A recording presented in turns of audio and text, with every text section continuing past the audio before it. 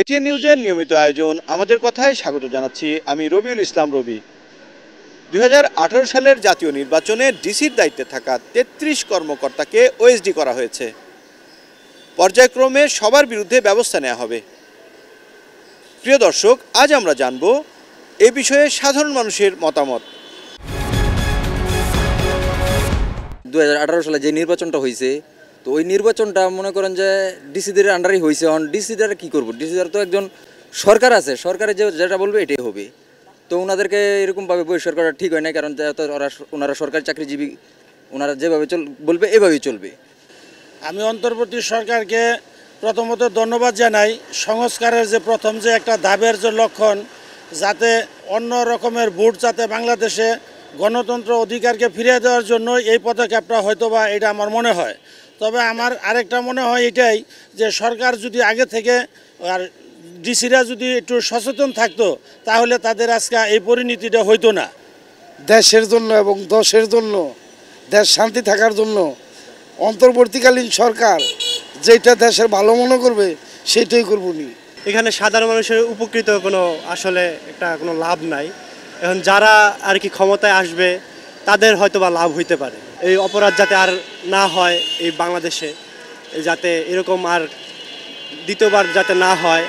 আর আরেকটা কথা বলতে কি, এখন যেই সরকারি আসুক সে আর কি সুষ্ঠু নির্বাচন দিতেই হবে। 2013 এবং 2018-তে এবং যে সকল নির্বাচনে যে বিসিরা যে দায়িত্ব পালন করছে তারা অবশ্যই স্বৈরাচারের দোষর ছিল। তারা অবশ্যই তাদের কঠোর ব্যবস্থা নেওয়া উচিত।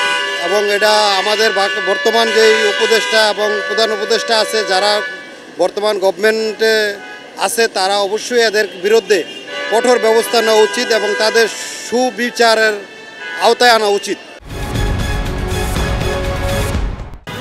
আমাদের কথায় বগুড়া থেকে স্বাগত জানাচ্ছি আমি চপল সাহা। আপনারা জানেন যে 2018 সালের তৎকালীন আওয়ামী লীগ সরকারের যে নির্বাচন হয়েছিল জাতীয় সংসদের, সেই রাতের ভোটে যে 33 জন কর্মকর্তা সহায়তা করেছিলেন তাদেরকে ওএসডি করা হয়েছে। চলুন আমরা শুনি বগুড়াবাসীর কথা, তারা এ ব্যাপারে কি বলছেন। এদেরকে ওএসডি করা হয়েছে, এরা যেহেতু এইসব অসৎ কাজে সাহায্য করছে, এটা ঠিক হয়েছে। হ্যাঁ, আসলে ভোট হচ্ছে মানুষের গণতান্ত্রিক অধিকার। এটা যদি রাতারাতি হয়ে যায় তাহলে তো আসলে মানুষের যে গণতান্ত্রিক একটা অধিকার, এটা বাংলাদেশ যে একটা গণপ্রজাতন্ত্রী দেশ, আসলে তো এগুলো কিছুই থাকে না। হ্যাঁ, ভোট তো আসলে রাতে হওয়ার কথা না। ভোট হচ্ছে ভোটের একটা নির্দিষ্ট সময় এবং নির্দিষ্ট সময় হওয়া উচিত। এটা আমার মতে কোনো কমে ঠিক হয়নি। আসলে এদেরকে এই যে 2018 সালের যে নির্বাচন, এই নির্বাচনটাকে একদম রাতের আধারে, রাতের ভোটেই বলা যায়, একদম চোরাভাবে যে নির্বাচনটা হয়েছে। আসলে এদেরকে আরও আগে উচিত ছিল যে এদেরকে শাস্তি দেওয়া। তো আমি মনে করি যে এদেরকে ওএসডি করাতে অনেকটাই ভালো হয়েছে। আমরা চাইবো যে পরবর্তীতে, আমি একজন স্টুডেন্ট হিসেবে বা একজন বাংলাদেশের নাগরিক হিসাবে আমি বলতে চাই যে এদেরকে শাস্তির আওতায় নিয়ে আসা হোক। এমনকি পরবর্তীতে যেন এইরকম নির্বাচন আর রাতের আধারে নির্বাচন যেন না হয়। পৌরসভা বলেন, সংসদ বলেন, কোনো ভোটই আমরা দিতে পারিনি। আগে হয়ে গেছে ভোট দেওয়া তো প্রয়োজনই পড়েনি। অবশ্যই সঠিক মনে করি, তাদের কারণেই তো ওইভাবে আপনার ভোটটা হয়েছে, নির্বাচনটা ওইভাবে হয়েছে। তারা আগে সব কিছু প্রস্তুতি করে রাখছে।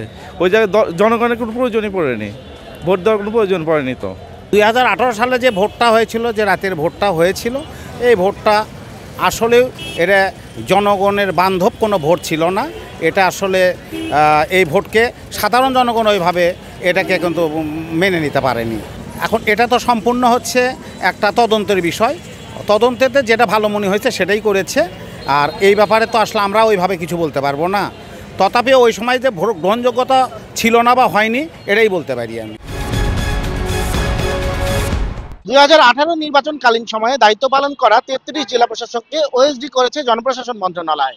চলুন শুনে আসি এ নিয়ে পাবনার মানুষ কি ভাবছেন। 2018 নির্বাচনে যেগুলো সরকার অধীনে ছিল, ফ্যাসিস্ট সরকার অধীনে ছিল, আমরা অবশ্যই তাদেরকে বাধ্যতামূলক বাদ দেওয়া যেগুলো আছে সেগুলো বাদ, এবং নতুনভাবে আমরা যেন নতুন নির্বাচন পাই, যেন আমরা আমার ভোট আমি দেবো, যাকে খুশি তাকে দেবো, এটা যেন আমাদের প্রত্যাশা। কিন্তু এতগুলো ডিসি যে চেঞ্জ করা হবে, সে বিষয়গুলো সরকারকে ভালো করে খতিয়ে দেখা উচিত। কারণ তারাও একটা সরকারের অধীনে কাজ করেছে।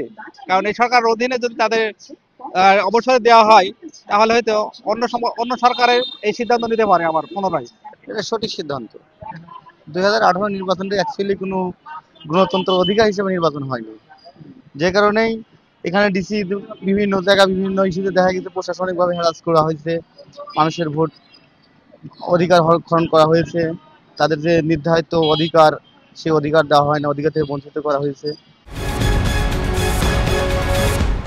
প্রিয় দর্শক, এই ছিল আমাদের কথার আজকের আয়োজন।